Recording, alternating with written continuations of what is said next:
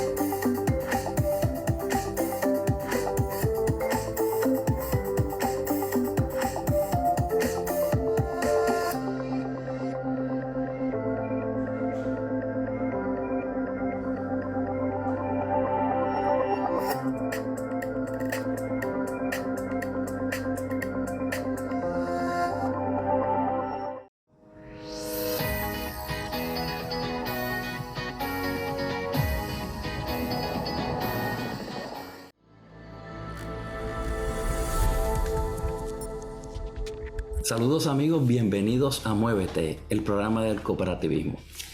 En Puerto Rico tenemos la fortuna de contar con, yo le llamaría un ejército de voluntarios que han tenido la firmeza de espíritu para no solamente preservar lo mejor que tenemos en nuestro país, sino hacerlo disponible para el presente y para el futuro. Es como un semillero grande, unas semillas que parecerían que se extinguen, pero que han sido preservadas y puestas a producir en la creatividad, en el intelecto y en las manos de un grupo de valientes hombres y mujeres que hacen más ya 42 años de lo que quizás no se tenía certeza de lo que iba a ser por definición Casa Pueblo, pero sí se tenía la conciencia de que había que defender al país y ponerlo en capacidad para el disfrute de todas las generaciones. Bienvenido, doctor Alexis Mazzola, a Muévete. Saludos, un placer estar con ustedes en el día de hoy. Cuando uno habla del desarrollo de Puerto Rico y de las cosas grandes que uno sueña y quiere para el país, ustedes y Casa Pueblo ocupan un sitial, un lugar importantísimo en el presente de nuestro país. Brevemente, ¿qué ha significado desde su óptica Casa Pueblo para Puerto Rico? Mira, Casa Pueblo, como bien dices, es un proyecto de autogestión donde la gente se organiza para atender su realidad, impulsar un modelo de desarrollo local nuestro. La minería hubiese sido un modelo de desarrollo para otros, nos hubiese comprometido las aguas, los bosques. Si hubiesen explotado las minas en el 80, hoy Puerto Rico estaría en una crisis de agua monumental. Así que a veces uno tiene que pensar, ¿verdad?, qué tipo de desarrollo quiere, cuál quiere impulsar, y Casa Pueblo viene por ahí. Primero de la protesta para defender lo territorial. Yo creo que si miramos hacia atrás, ¿qué tal si hubiesen explotado las minas? ¿Cómo sería Puerto Rico? Yo creo que esa es una de las grandes contribuciones, la reafirmación de proteger los atributos naturales del país y entonces impulsar, asumir, generar propuestas donde las comunidades, la gente asume la responsabilidad de esas ideas, de la protesta a la propuesta, y de ahí pues los bosques y los diferentes proyectos que hemos desarrollado, el Bosque Escuela, tenemos un coro, una escuela de banda, una de música, un cine solar, una radio, muchos proyectos de educación, de servicio directo al país, rompiendo el modelo de las dependencias. Así que con economía propia, con la venta del café Madre Isla, con las ideas nuestras que se consultan, pero uno las trata de poner en práctica pensando en el mejor bienestar local de la gente, del ambiente, y yo creo que eso han sido guías. Mis papás, Alexis Mazzola, Tinti Deyá, la gente de la comunidad han estado pues al frente de toda esta iniciativa y estamos pues muy orgullosos de esa trayectoria, de que le haga bien al país. En ese proceso de transformación en Puerto Rico no es la excepción. Estamos experimentando un problema de producir, de distribuir, de lo relacionado con energía. Ustedes, o sea, Casa Pueblo, no son novatos en esto. Mucho antes de María, ustedes han tenido desarrollo. Y no desarrollo artesanal, por decirlo, no por minimizarlo, sino porque uno, pues artesanalmente puede hacer tomar unas iniciativas. No, ustedes han tomado el proyecto de energía renovable como algo realmente vital, más allá de lo folclórico, de lo que está de moda, sino como un medio de enderezar el curso, la brújula hacia donde se está dirigiendo el país. Y hoy día son, me parece, y me atrevo a decirlo y señalarlo, un referente de objetividad y de pulcritud en esa temática de lo que muchos llaman políticas energéticas y que se escriben, se desarrollan a nivel de Puerto Rico, en el ámbito nacional en Puerto Rico. Pues en ríos revueltos, ganancia de pescadores, hay una proliferación que puede ser interesante, pero en cierta manera puede ser inconexa de distintas alternativas de fuentes de energía, y eso cae en la necesidad imperiosa que tenemos la familia en Puerto Rico de aportar y de beneficiarnos de lo que es la energía renovable. ¿Cómo usted está viendo un poco, quizás una mirada bastante, no le voy a decir a 1000 pies, quizás a 20.000 pies de altura, esa realidad que estamos confrontando en Puerto Rico con la energía renovable? Mira, nosotros empezamos en el 1999 con la primera instalación y era un poco así, era un poco, no artesanal, pero en aquellos momentos la tecnología no estaba tan bien desarrollada. Sí se podía hacer aprovechamiento del sol, lo hicimos un poco a modo de exploración, de ver, de vivirlo, de pensar si podía funcionar en nuestra realidad o no.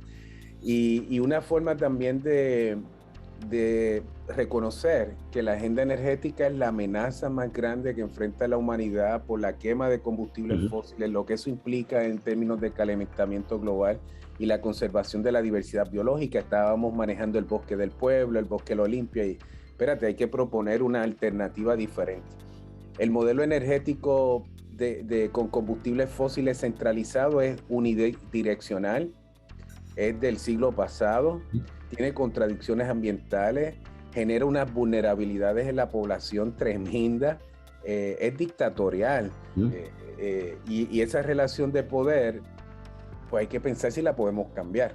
Y entonces en energía renovable lo que estamos hablando es de que hay unas opciones que hay que trabajarlas muy bien, que pueden ayudar a democratizar la generación energética. Que la riqueza que está asociada a generar energía, como la capacidad para producir trabajo, se retenga en la comunidad, se retenga en Puerto Rico. Piensa esto en este momento. Cerca de $3,000 millones se nos van de la economía de Puerto Rico. De lo que nosotros hacemos en Puerto Rico se van $3,000 millones al año para pagar petróleo, gas y carbón automático. Eso para energía eléctrica.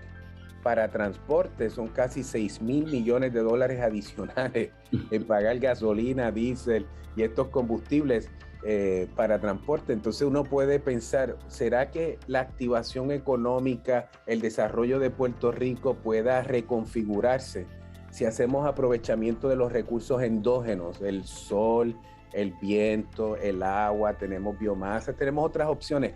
¿Cuánto es lo más que podemos aprovechar de esos recursos para reducir esa dependencia y esa vulnerabilidad? Que si hay una guerra en aquella esquina, pues acá suben los precios. Si allá pasa un terremoto, pues entonces vuelve y pasa lo mismo. ¿Cómo reducimos esa vulnerabilidad? Y energía solar permite abordar muchas de esas preguntas y atender esas contradicciones. Democratizar la generación, participación ciudadana, invertir la relación de ser simplemente consumidor sino convertirse en productor. Y un tema de justicia y atender y abordar los temas de la pobreza. En la medida en que la gente produce su propia energía, rompemos el modelo de la dependencia y puede ser una ruta que genere ingresos, que crea adaptación climática y que dentro de la pobreza material En lugar de estar dando un cheque mensualmente, oye, ¿por qué no te doy la capacidad de producir energía y todo lo que está asociado a eso? Entonces hay varias cosas que se pueden un poco repensar y atender, que son problemas que vivimos como sociedad. Los procesos sociales son procesos que se van gestando y son complejos y hay muchas variables incontrolables alrededor de esos procesos sociales. Pero ciertamente identificando ya factores de antemano, como usted muy bien los ha dibujado, los ha delineado, varios de ellos que son vitales, importantes y que están atados realmente a cuestiones económicas. A veces los factores económicos pueden determinar situaciones sociales, ¿verdad? Se ha planteado muchas veces, pero directamente el no atender con bastante precisión y responsabilidad este desglose que usted ha presentado, podríamos, y voy a hacer una afirmación un poco peligrosa, podríamos colocar al país en un nivel de no viabilidad a futuro. Todas estas medidas de austeridad, yo creo que estructuralmente hay un problema mayor que requiere abordarse y que el poder político decadente no tiene contestaciones, y por lo tanto es importante construir alternativas, rutas alternas. Y ahí es que yo creo que el poder social de la gente, de diferentes iniciativas en ambiente, en educación, en asuntos de la pobreza, en transparencia de gobierno, en verdad que se abordan diferentes temas. Yo creo que ahí están surgiendo acciones muy puntuales que se convierten en referencia de que podemos construir un país diferente. Y yo creo que el tema de energía es uno de esos fundamentales, donde horizontalmente yo creo que hay un entendimiento de izquierda a derecha que sí debemos movernos de combustibles fósiles. Esa economía de combustibles fósiles mantiene al país preso por otras razones, ¿verdad? Otras dinámicas. Claro. Pero la ruta de construir un Puerto Rico alterno, yo creo que están todas las oportunidades sobre la mesa. Entonces hay que organizarse, hay que educarse mucho, hay que protegernos, porque como bien dices, sí hay opciones, la tecnología está. Sí. En Adjuntas hay una empresa nueva que hace instalaciones y tiene 5 empleados que capacitó del pueblo, así que hay potenciales de desarrollo económico local, y no en un solo lugar, no en la termoeléctrica de una esquina del país, no, claro. Esto sería horizontalmente. ¿Cuánto es lo más que podemos aprovechar del sol en nuestras casas? ¿Será que debemos hacer eso como prioritario y pensar lo que nos falte? Pues para eso está la autoridad, pero la autoridad no puede definir al país. El país tiene que definir la autoridad que necesita. Y ahí es que está la disyuntiva y donde tenemos que proteger a la gente. Y la gente, para protegerse, lo primero que tiene que hacer es educarse sobre estos temas antes de que venga alguien con estas ideas y las manipule. Y otra, que tienen que haber capas que protejan la inversión ciudadana. La inversión ciudadana hasta ahora en energías renovables, nosotros documentamos medición neta nada más. Gente que está interconectada al sistema eléctrico con contratos de medición neta, ya son más de 41,000 casas. Y esa inversión en la infraestructura energética, que es inversión ciudadana, son más de $600 millones del 2014 al 2022. Y estamos hablando de una capacidad solar instalada de 224 megavatios. Eso es significativo. Sí. Y entonces lo que eso indica es que esa ruta de cambio es posible. Ya se genera cerca del 6% de la demanda residencial, la produce la gente misma. 6%. La autoridad no ha subido, pero la gente ha impulsado una transformación. Lo importante es que eso no sea un privilegio de quienes puedan financiar estas instalaciones, sino cómo lo hacemos accesible para que todas podamos participar en la medida en que sea posible, ¿verdad? En esta transformación energética que de arriba hacia abajo no está ocurriendo con todos esos millones de dólares que le asignan, y sin embargo la gente está impulsando el cambio, y eso me parece a mí que es una gran fortaleza y una evidencia de que las rutas de cambio en este país no se dictan desde las agendas del gobierno, sino que la gente está impulsando rutas propias. Y eso pues es fundamental porque habrá que abordar otros temas en el país y esa me parece a mí que es un gran indicador. Yo concurro y creo que hay una ruta y el que la ciudadanía y la sociedad sea la que dicten las pautas hacia arriba, yo creo que es la forma correcta. A mí lo que un poco me llama la atención hay unos cabos inconexos todavía y lastimosamente el sector más vulnerable del país pues no necesariamente está teniendo el acceso a ese desahogo, quitarse ese yugo que impone el Estado a través de la autoridad del UMA, el que sea, y un poco esa política energética pesada que se queda en lo escrito, pero que cuando uno trata de que eso camine, pues, y se lo estoy planteando yo que nosotros financiamos, pero honestamente, y le voy a decir, no queremos ser santurrones, pero preferimos no financiar si vemos que realmente no les corresponde, aunque eso es una acción de la libertad del ser humano y del individuo, pero realmente nos preocupa y nos ocupamos mucho de que realmente las personas no sean víctimas de... Pero fíjate, yo he pensado mucho en no hay una sola contestación de cómo financiar estos proyectos ni cómo impulsarlo. Hay gente que lo puede pagar, hay gente que necesita apoyo, hay gente que no tiene los recursos, punto. Entonces tiene que haber una combinación de estrategias. Y a mí una de las cosas que me llama la atención cuando el sector cooperativista es el que está financiando estos sistemas, es como que añade a lo que yo le mencionaba antes como unas capas que protege al ciudadano.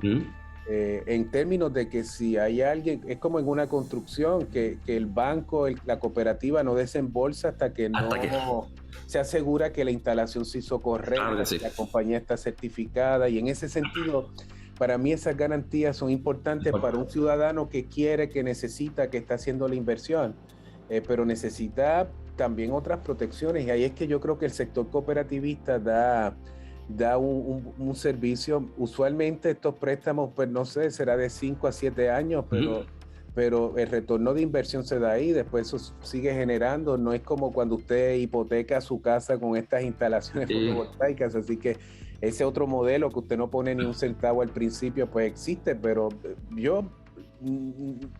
pues está bien, pero no me parece correcto en el sentido de que el aprovechamiento de la economía de generar energía solar, pues se la lleva el otro. Es correcto. Entonces, yo ahí pues tengo mis asuntos, pero yo lo que creo es que también hay que entender que los sistemas fotovoltaicos, la parte de generación son los paneles solares, y esa es la tecnología más económica, más accesible, más fácil de usted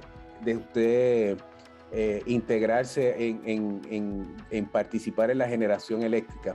Ahora, como no podemos depender de la Autoridad de Energía Eléctrica, entonces se añade el componente de tener una batería, almacenar la energía, pero eso no es el sistema solar. El sistema solar es la generación fotovoltaica. Que hay que almacenarla, ok. Porque no confiamos de la autoridad, porque se va mucho, porque pasan los huracanes, los terremotos. Pero ahí es donde uno tiene que también educarse, porque si uno deja a estas compañías definirle la batería que usted necesita, que eso sí es lo costoso, eso es como el eslabón más débil de esa configuración, es el almacenaje, le van a poner una batería así de grande. Entonces, nosotros impulsamos 50 con sol en adjuntas, que 50% de la generación, como el patrón diurno, 50, si le ponemos una S, 50 sin que tenga que pagar la factura, porque usted está produciendo su propia energía, pues el almacenaje es para cargas críticas, que si usted está produciendo energía con el sol por el día, está interactuando con la red, lo que le haga falta cuando está nublado, de noche, pero si no está la autoridad, usted tiene almacenaje, pero no almacenaje para tener el televisor más grande, todos los aires prendidos, no, solamente para la nevera, para el alumbrado, para las comunicaciones, el módem de internet, quizás un aire. Entonces usted dice, bueno, pues para eso yo necesito una batería de este tamaño, no así de grande. Quiere decir que si estoy completamente como una isla independiente porque no estoy interactuando con la autoridad, que tenga suficiente almacenaje para lo fundamental, las cargas críticas. Y eso abarata dramáticamente el costo de una de estas instalaciones, porque ahí es donde usualmente pinchan al consumidor. No tanto en la generación, es en el almacenaje, donde usualmente quedamos un poco más pillados. Pero eso hay que repensarlo. Generemos todo lo más que podamos, almacenamos para lo fundamental, y en esa configuración usted está generando economías porque produce su propia energía y el sistema se va a autofinanciar. Y el almacenaje cuidándose, ¿verdad? Esa es la parte de resiliencia y adaptación climática, a poder operar completamente autónomo en caso de necesidad. Yo creo que ahí está la clave, la educación. Y desde nuestro lado, ¿verdad? A las cooperativas tenemos que definitivamente dar la mano ahí un poco más en términos de educar, de comunicar, de explicar. El consumidor toma sus decisiones, pero que tome decisiones bien informadas, que sean objetivas, con información valiosa, ¿verdad? Que cuando un poco le diseñen sus sistemas, pues que se ocupe un poco, que tenga más información en términos de lo que realmente necesita y que veamos que cada necesidad es una necesidad, ¿verdad? Yo no creo tanto en este concepto de que la salvación es tan individual, ¿verdad? Hay que también pensar en lo colectivo. Cómo yo puedo, si tengo capacidad, pues colaborar con mi vecino. Pero si en la comunidad hay varios que tienen esas capacidades, pues porque entonces pensar en proyectos comunitarios y no en proyectos que sean individuales, que la sumatoria de esa inversión probablemente sobrepase por mucho la inversión de un proyecto comunitario. Pero mira, ahí es que está lo interesante de Adjuntas. Si nosotros pensáramos que la salvación es individual, pues Casa Pueblo produce energía propia y ya, no estaríamos en esto. Pero si tú miras Adjuntas hoy, a 4 años y medio, casi 5 años del paso del huracán María, además de Casa Pueblo operando con energía propia, de pronto hay más de 100 hogares, especialmente con familias que tienen condiciones crónicas de salud, que producen su propia energía. Está el Barbero, la Lechonera, el Chinchorro, está la torre de comunicaciones de Radio Casa Pueblo. Casa Pueblo, hay un cine, hay infraestructura, cine solar, energizamos infraestructura crítica, los bomberos, emergencias médicas, el hogar de adultos mayores, la escuela elemental, el comedor. Entonces, de pronto, cuando tú miras el paisaje de autosuficiencia energética, aborda diferentes temas que son importantes en el desarrollo de una comunidad. Ahora estamos terminando el casco urbano y ahí está la farmacia, la pizzería, la panadería, 2 ferreterías, la óptica, etcétera. Entonces, cuando uno mira el mosaico, ahí es que está la fortaleza. Tuvimos un profesor que nos decía, no, resiliencia, ¿qué es la resiliencia? Nos tratan de poner esa responsabilidad en el contexto individual. Pero es evidente que en Adjuntas, el modelo de desarrollo que impulsa Casa Pueblo, la resiliencia es la fortaleza comunitaria. Entre más fuertes sean los diferentes renglones de la comunidad en poder abordar con seguridad energética agendas críticas del pueblo, pues menos vulnerables somos, mejor preparados estamos. Y en lo cotidiano, pues mejor podemos funcionar. Entonces, es un escenario que beneficia el desarrollo local. Y yo creo que esa es la clave. Hay que impulsar el desarrollo local para que entonces toda esa riqueza que generamos se quede. Mira, el Barbero que produce su propia energía, hace 4 años, ayudamos a Wilfredo, no tuvo que subir los costos de recortar el pelo porque no tiene aumentos en la tarifa de luz. Así que la inflación la puede amortiguar porque produce su propia energía. Pero tengo que decirte que Wilfredo trabajaba 2 días de su jornada mensual, 2 días de su trabajo, era para pagar la factura de luz. O sea, él está recortando hoy, recortando mañana y no hace disfrute de un centavo de su actividad productiva porque ese dinero se va para pagar el petróleo, gas y carbón.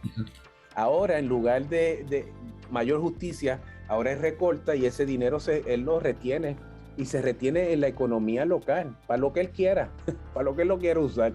Y entonces ese concepto de liberación energética es fundamental para el país, independientemente si queremos ser un estado.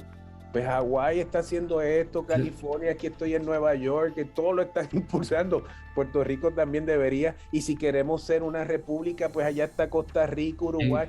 No importa el escenario que uno se plantee, producir energía propia y democratizarlo, esa independencia energética es fundamental para la realidad nuestra y para movernos a cualquier destino político que la gente decida en su momento.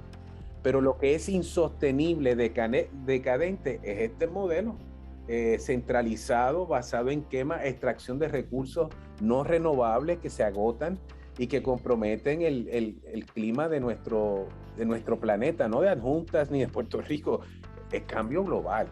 Doctor, como yo le anticipaba al principio de esta conversación, realmente es muy poco tiempo para hablar y continuar dialogando, porque tenemos unas limitaciones en términos, pues, de la producción del programa. Nos ocurre como las buenas conversaciones de los amigos que vamos a hacer un barbecue y de momento se queda la brasa encendida y el tiempo viene siendo las piezas de carne que se nos agotan. Así que dejemos esta brasa encendida para retomarla en otra conversación más adelante. ¿Qué le parece? Claro que sí. Invitados a Casa Pueblo cuando gusten, 7 días a la semana, claro, están abiertos. Allá también educamos sobre este tema y otros que son importantes para nuestro país. Gracias por la invitación y el espacio. A ustedes por el trabajo inmenso que hacen y porque ustedes prestigian también el voluntariado en Puerto Rico con la historia de 4 décadas de trabajo duro por nuestro país. Muchas gracias a ustedes. Hasta luego. A ustedes, amigos, nos estaremos dando cita en la próxima edición de Muévete, el programa del cooperativismo. Hasta luego.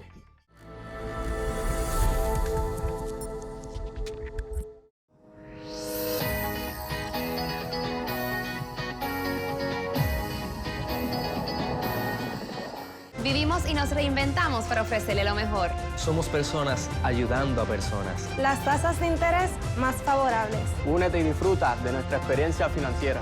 Porque todos somos dueños. Vega Coop, de tu lado, siempre.